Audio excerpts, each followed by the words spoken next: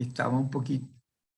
Ok, sí, muy bien. Vamos a grabar entonces para dar continuidad al estudio de la organización administrativa, ¿no? De la organización de la administración pública. Estamos dentro del tema general de las personas, que son los sujetos de derecho, cuáles personas forman parte de la administración pública, y ya vimos un panorama general de las personas públicas y de las personas estatales, ¿no? Y vimos pues que la administración pública está compuesta, podríamos decir, fundamentalmente por las personas estatales, tanto públicas, algunas de las públicas, como algunas de las privadas, ¿no?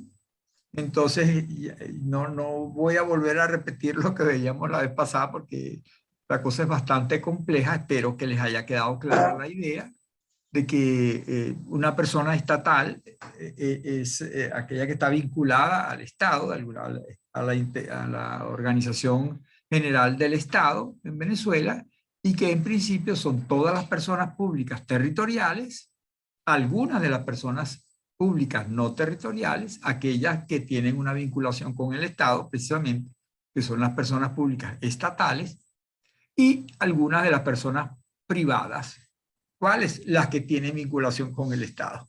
Entonces ya vimos pues cuáles son los distintos tipos, las empresas del Estado, las fundaciones del Estado.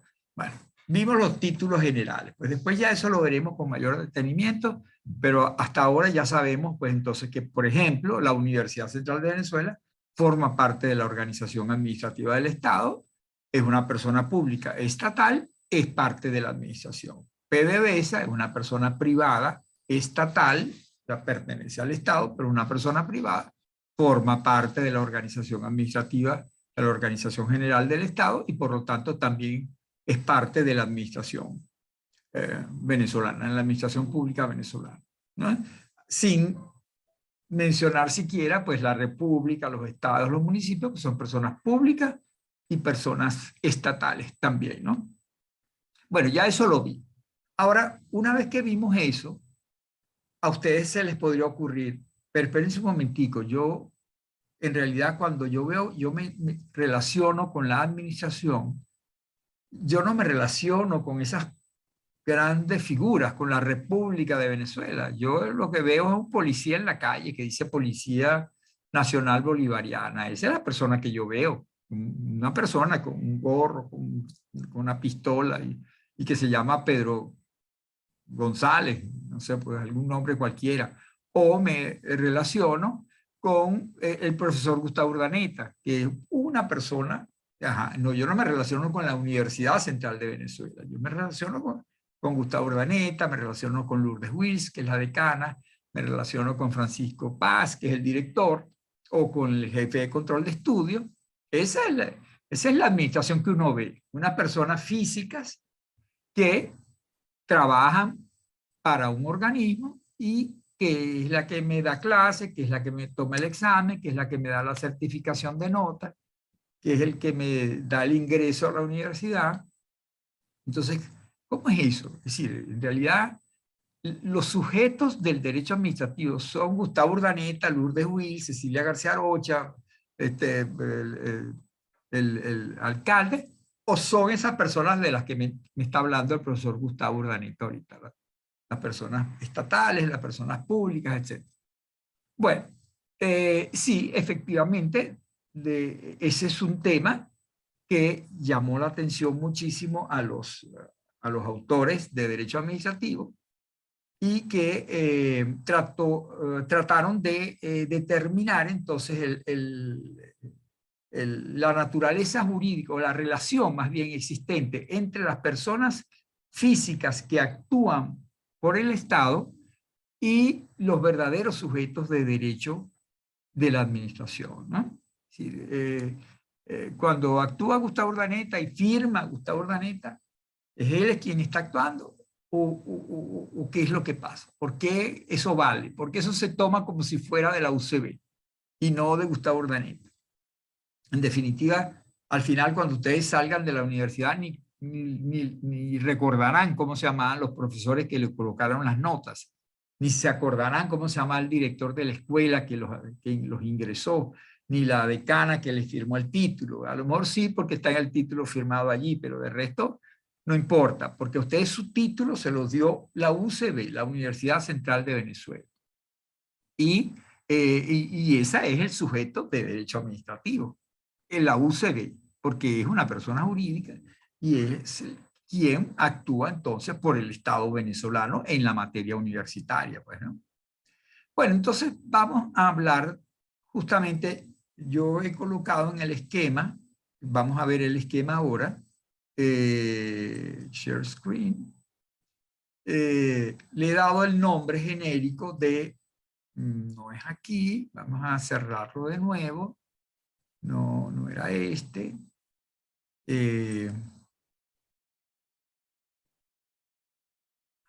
ahora sí, ahora sí.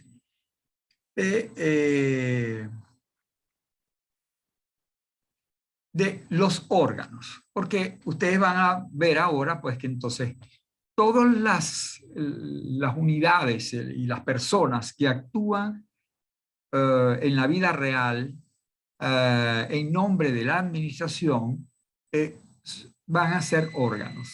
Eso es lo que no son personas jurídicas, sino que son órganos. Son una fórmula organizativa que pertenece a una persona, pero que ellas mismas no son personas. Pero con los que nos tropezamos en la vida real son esos órganos, ¿no?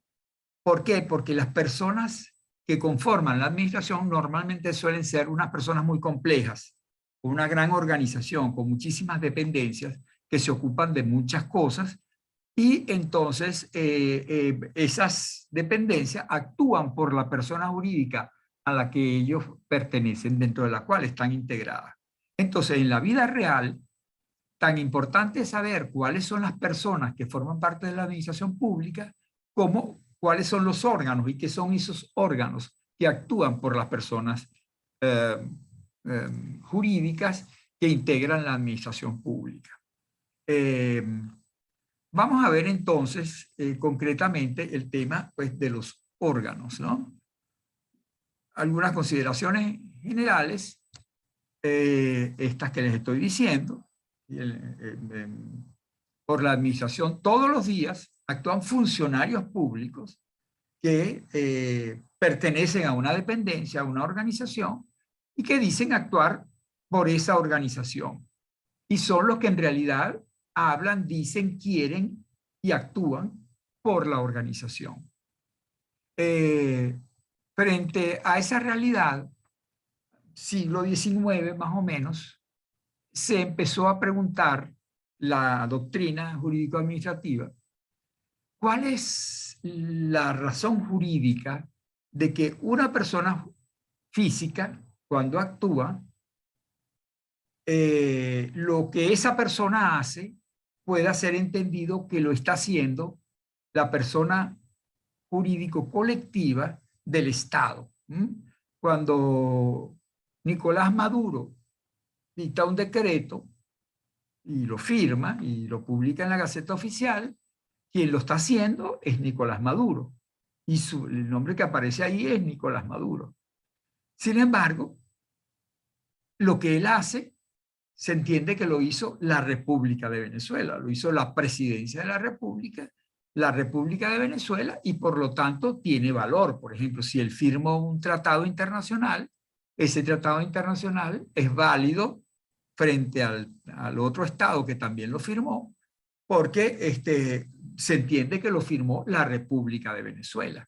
Entonces, el título que le firmará a usted, Cecilia García Rocha, valdrá como un título emanado de la UCB. Ustedes nunca dirán por allí, cuando vayan al exterior a estudiar, nunca dirán, yo me gradué porque tengo un título que me dio Cecilia García Rocha. Ustedes dirán, yo tengo un título de abogado emitido por la Universidad Central de Venezuela.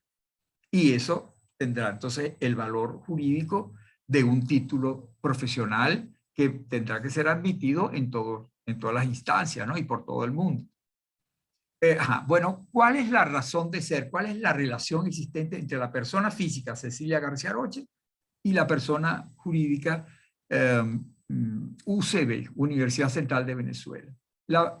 La primera respuesta que dio la doctrina alemana en todos estos temas organizativos. La doctrina alemana hizo muchas elaboraciones, a cada rato nos encontramos con el nombre de Kelsen o el nombre de Gierke, o sea, autores Merkel, autores alemanes o austríacos, que se interesaron por estos temas organizativos. Bueno, la primera respuesta fue la de explicar eso con la teoría del mandato.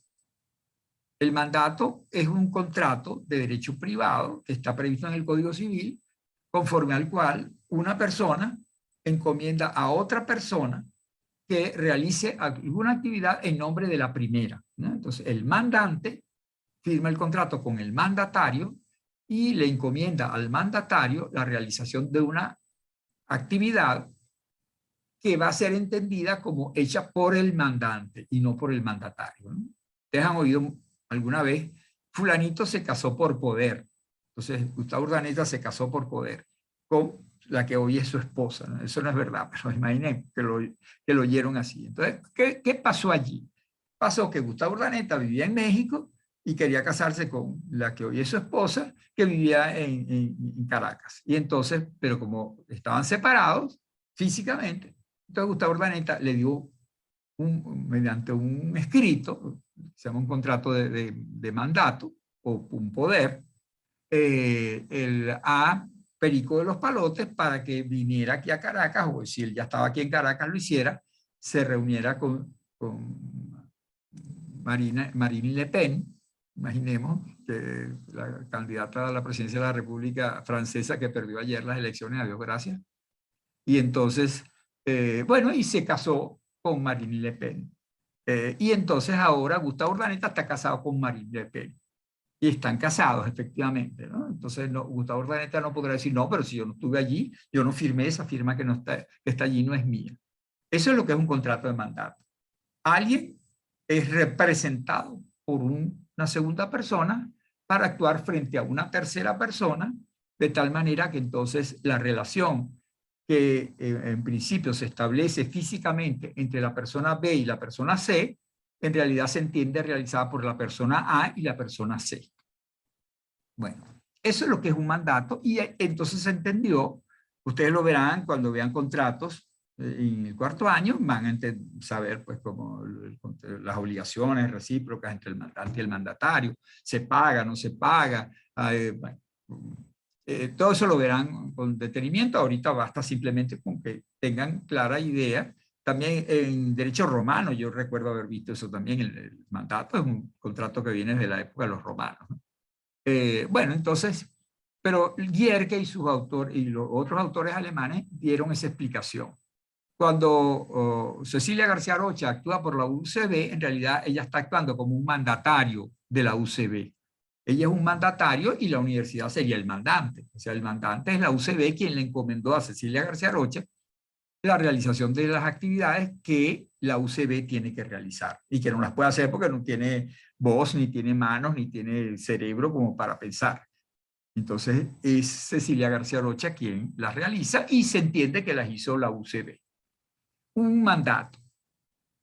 Eso obviamente, como ustedes se podrán imaginar, no tuvo mucho éxito. ¿Por qué? Porque no es verdad. Es decir, entre Cecilia García Rocha y la UCB no se firmó ningún contrato. ¿Dónde está ese contrato que firmaron la UCB y Cecilia García Rocha? ¿Dónde está el contrato que firmó, ¿cómo es que se llama este señor que actualmente es alcalde de Baruta? Darwin González, mi alcalde, yo vivo en Baruta. Darwin González es alcalde. Ah, cuando Darwin González actúa como alcalde es porque el municipio de Baruta le firmó un contrato. Firmaron ellos dos un contrato. ¿Dónde está ese contrato? Eso no existe. Ese contrato no existe, no es verdad. Hay otra cosa que no es un mandato. Ahí no hay una representación basada en la voluntad. Eso es lo que es el mandato. El mandato es la representación que una persona física ejerce respecto de otra persona porque la persona, el mandante, voluntariamente quiere que el mandatario lo represente. La figura de la representación. Hay dos sujetos distintos, el mandante que le da poder al mandatario y el mandatario entonces actúa por el mandante porque voluntariamente así lo han decidido. Es una representación voluntaria, una representación que tiene su origen en la voluntad de las personas que han actuado y han firmado ese contrato. ¿Por qué eso no está bien como explicación? Repito, porque no existe ningún contrato ni podría existirlo. Porque ¿cómo haría las personas jurídicas para poder firmar un contrato? No podría, pues si no es una persona física no puede firmar. La UCB no puede nunca firmar un contrato como persona, si existiera, pues no podría firmar. No tiene voluntad, no tiene manos, no tiene ojos, no tiene oídos. Entonces, vinieron otros pensadores en auxilio de los que inicialmente habían hablado de la teoría del mandato, dijeron, verdaderamente, ahí hay una representación. El funcionario está actuando en representación de la persona para la cual él trabaja, pero no porque haya una representación voluntaria, hay una representación legal. Es la ley la que dice que Cecilia García Arocha, previo cumplimiento de ciertos requisitos, va a representar a la UCB. Es su representante legal, así como una compañía anónima tiene un representante legal. Entonces, ¿por qué? Bueno, porque la ley, bueno, mejor todavía, así como un menor de edad tiene un representante legal. ¿Quién es el representante legal del menor de edad? Bueno, ya lo han visto ya en persona, seguramente, ¿no? Que como el menor no tiene capacidad para discernir, para tomar decisiones y comprometerse en obligaciones, entonces quien lo hace es su papá o su mamá que ejercen la patria potestad. Entonces ellos son los representantes legales de ese menor de edad. Y si una persona ya es mayor de edad, pero queda inhabilitada, porque, pues, entredicha, pues porque no tiene, bueno, porque perdió la razón, porque por algún motivo, pues ya no puede tampoco discernir, se le es declarada entredicha y hay que nombrarle un tutor, porque el tutor será ahora entonces el representante legal. Y se hace un procedimiento, el juez, ¿verdad? Y terminan pues entonces nombrándole a un tutor. Esa persona, el tutor, va a actuar en representación del entredicho porque la ley establece un mecanismo a través del cual se instituye un tutor y ese tutor tiene como función representar al que no puede actuar. Esa es la teoría entonces de la representación legal. El funcionario público, de acuerdo con estos otros pensadores, sería un representante legal de la persona pública para la cual él trabaja. Había alguien que estaba levantando la mano, creo que era Meyerling. ¿Querías preguntar Disculpe, algo? profe, sí. Sí, cómo no. Bajé la mano porque lo que le iba a decir era que sí, entonces habían dos teorías, pero ya lo aclaró. Entonces dijo que Así. estaba la teoría del mandato, que se canceló, y luego está la teoría de la representación legal y del órgano.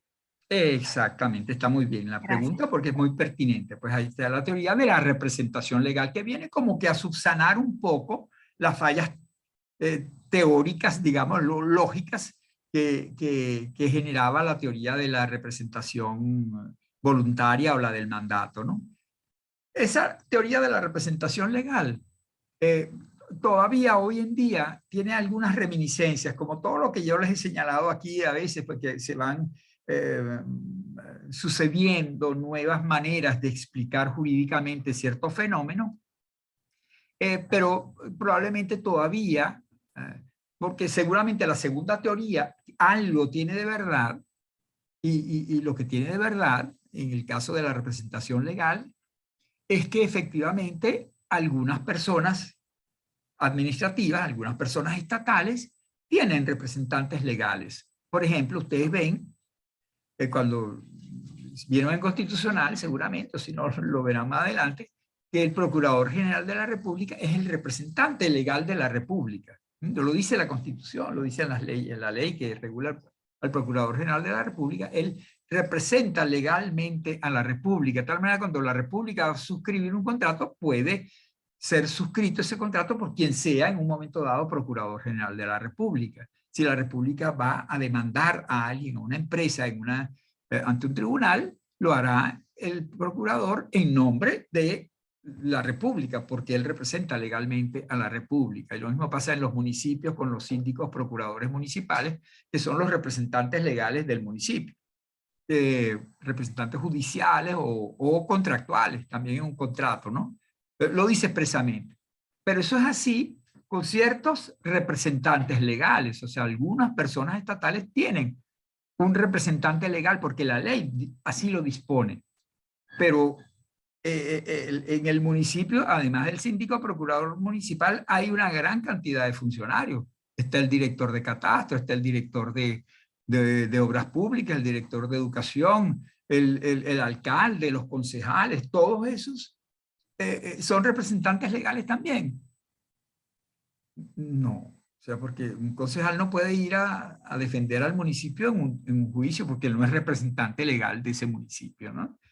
Ni puede firmar un contrato en nombre del municipio. Yo, como soy concejal, comprometo al municipio y compro tantas computadoras para mis oficinas. No, eso lo firmaste tú y eso eres tú. Tú no tienes representación legal del municipio y por lo tanto ese contrato no es válido para el municipio, no obliga al municipio. Pero no es verdad que todas las personas, todos los funcionarios que actúan en nombre de una persona estatal sean sus representantes legales. Hay algunos que son representantes legales. ¿No? La rectora de la universidad es representante legal de la Universidad Central de Venezuela. Pero el vicerrector y la decana y el profesor. Entonces, la explicación de la teoría de la representación legal no es suficiente, no es aceptable tampoco para entender el fenómeno general mediante el cual un funcionario perteneciente a una organización puede actuar en nombre de esa organización. Entonces surgió finalmente la tercera teoría, que es la teoría del órgano, que es hoy en día la más aceptada, ¿no? La que hoy todo el mundo incluso tiene esta consagración legal. Lo vamos a ver que en nuestra legislación venezolana se admite, pues se habla de los órganos y se explica dentro de la organización administrativa hay unos órganos, ¿no?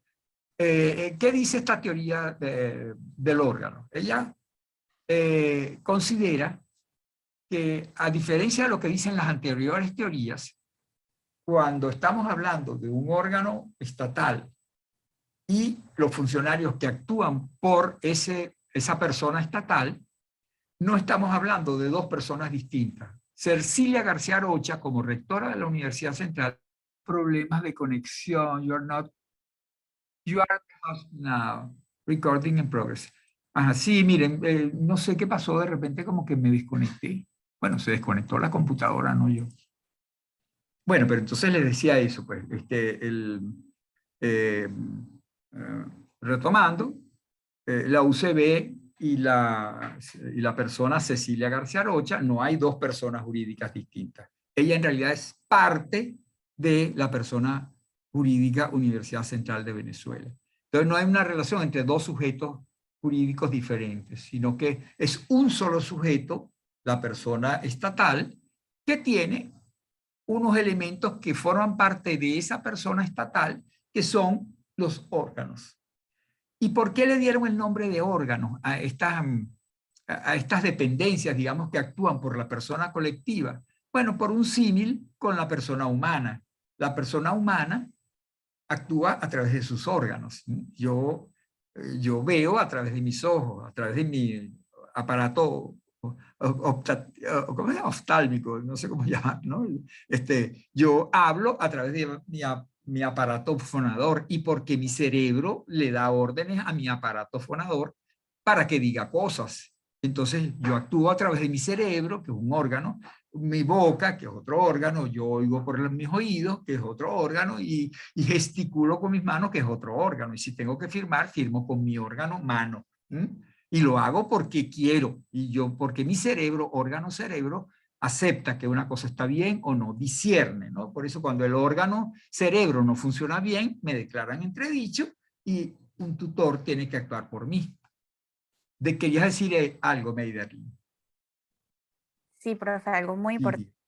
Diga, por Tu favor. conexión se cayó cuando terminó de hablar de la teoría de la representación legal, diciendo que esa no era suficiente.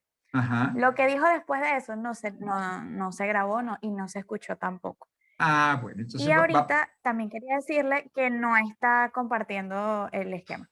Ah, ya, totalmente razón. Déjame, menos mal que yo tengo Mediarly, si no, ¿qué haríamos? ¿Qué sería de nosotros? Lo que no veo ahora es cómo se hace para grabar. Ah, no, es que está grabando, efectivamente. Lo que no estamos es compartiendo la pantalla. Vamos entonces es que hubo un problema, aquí hubo aquí está.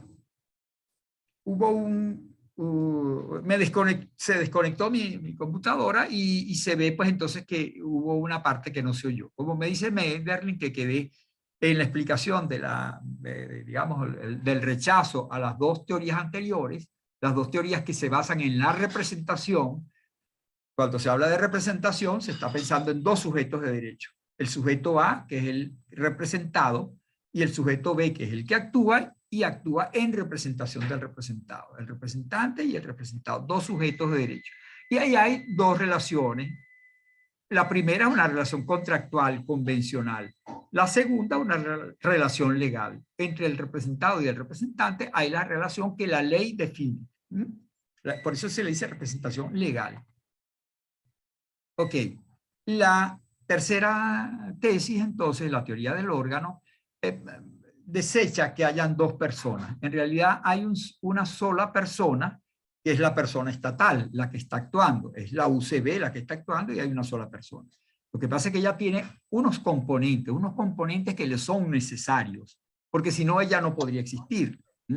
La persona colectiva, para poder existir, necesita de unos componentes que actúan por ella. Y esos son los órganos. Los órganos son entonces, en definitiva, los elementos organizativos de una persona estatal mediante la cual la persona estatal manifiesta su voluntad y realiza las actuaciones jurídicamente pertinentes. Es decir, una persona jurídica está para realizar tareas, una persona estatal, pues, ¿no? Está para realizar tareas que el ordenamiento jurídico le ha asignado, pero esas tareas las cumple a través de unos componentes orgánicos que se llaman órganos, que son aquellos mediante los cuales ella expresa su voluntad.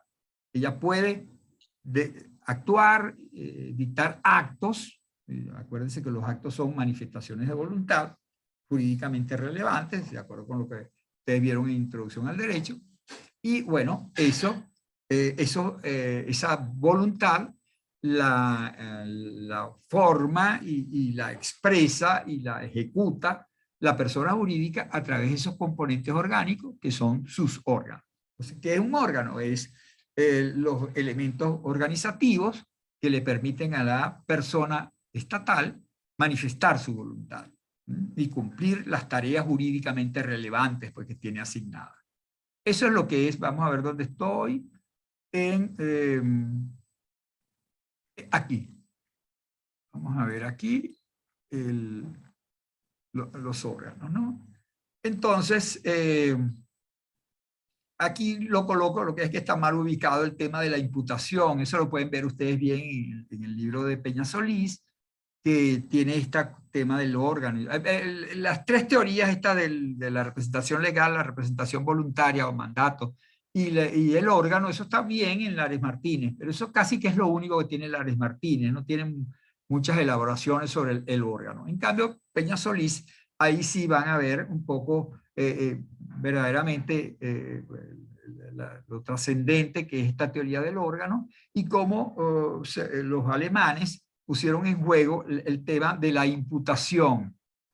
La imputación es un mecanismo jurídico a través del cual se entiende que lo que una persona hace lo ha hecho ella y sus efectos también recaen sobre ella.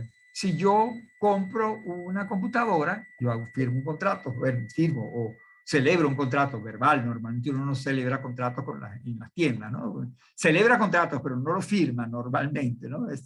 Si yo quiero esa computadora, ¿cuánto vale? Tanto, aquí está el dinero, ya, y ahí se celebró un contrato de compra-venta allí, ¿no? Entre él, que es el vendedor, y yo, que soy el comprador. Bueno, en ese caso, esa compra de la computadora la hice yo personalmente, y se entiende que los efectos jurídicos también recaen sobre mí. Si yo, por ejemplo, pago y el pago no es hecho efectivo posteriormente porque le firmé un cheque y el cheque no tenía fondos, o se lo rechazaron, o la transferencia no le llegó. Hoy en día ya no se hacen cheques, pero la transferencia electrónica tuvo algún problema, el señor tendrá una acción contra mí. ¿Por qué? Porque el contrato de compraventa produce efectos sobre mí, porque fui yo el que lo realicé. Y entonces, ahí hay una imputación perfecta. Tanto el acto se entiende realizado por mí, como los efectos de ese acto recaen sobre mí. Hay una imputación perfecta, ¿no? En cambio, en el caso de la representación, hay una imputación imperfecta. Allí, cuando yo le di a alguien el poder para que se casara con mi novia, el acto lo realizó él. No hay ninguna duda, está su firma y las fotos que le tomaron y todo. Hay testigos que saben que quien lo hizo fue él. Pero los efectos de ese acto no recaen sobre él, sino sobre mí, que soy el poderdante, que soy el mandante.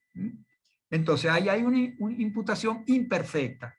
Cuando un acto es realizado por un representante, ese acto se entiende realizado por él, pero los efectos no recaen sobre él, recaen sobre un tercero. ¿Por qué? Porque por la vía de la representación, la imputación sobre los efectos, de los efectos, se hace hacia el representado y no hacia el representante, que fue el que actuó efectivamente. En el caso de la teoría del órgano, dicen los alemanes, cuando explican la teoría del órgano, dicen, la imputación es perfecta. ¿Por qué? Porque cuando Cecilia García Rocha firma el título de abogado de Meiderlin, yo te lo haré rápidamente, se entiende que el acto lo realizó la UCB. ¿Por qué? Porque Cecilia García Rocha es o pertenece a la persona UCB, no es una representante de la UCB. Fue la UCB la que firmó ese acto y por lo tanto los efectos de ese acto recaen sobre la UCB también. Entonces ahí hay una imputación perfecta. ¿Por qué? Porque en definitiva el órgano forma parte de la persona jurídica. No se entiende una persona jurídica colectiva estatal que no tenga órganos. Entonces hay un órgano para tomar decisiones, otro órgano para aconsejar, un órgano para tramitar, un órgano, sí, la organización administrativa tiene muchas dependencias y cada una de ellas cumple un rol dentro de la organización, pero todas ellas forman parte de la persona jurídica a la que integran, ¿no? Nirvia Pineda raised hand. Díganos, Nirvia, ¿qué querías preguntar? Profe, Diga. en el caso de la universidad, Sí, diga. el representante pudiera ser, por ejemplo, el consejo universitario. No. El consejo universitario es un órgano de la universidad, pero ¿qué representante estás queriendo decir tú? Es que justamente estamos desechando que los órganos sean representantes. No son representantes, son integrantes de la persona. Entonces, el consejo universitario pertenece a la UCB. El rectorado pertenece a la UCB. El decanato pertenece a la UCB. Es posible que uno de esos órganos sea representante legal, uno de ellos. En el caso de la UCB, el representante legal de la UCB es el rector. Sin que la UCB tenga que darle poder. Cecilia García Rocha no tiene un poder otorgado por la UCB. No hay un contrato pues, que le haya sido firmado por la UCB. Como es rector, él representa legalmente a la UCB y puede ir a un juicio y decir, en nombre de la UCB, yo rechazo esta demanda, etcétera, etcétera. Y se entiende que la universidad está rechazando la demanda, está actuando en el juicio y que todo lo que Cecilia García Rocha dijo ahí se entiende dicho por la UCB y beneficia o perjudica a la UCB. ¿Estaba claro, Nirvia? Bueno, sí, profe, ya. Gracias. Ajá, ok. Mayderlin también quiere preguntar algo. Ajá, profe.